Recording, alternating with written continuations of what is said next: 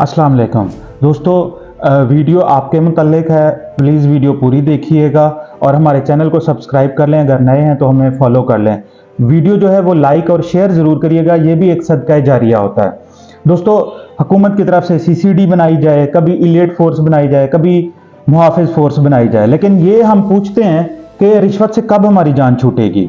दोस्तों, ये आंखों देखे वाकयात हैं, आपने भी देखे होंगे, मैंने भी देखे हैं और हज़ारों लोग वीडियोस बना के सोशल मीडिया पर फेंकते भी हैं।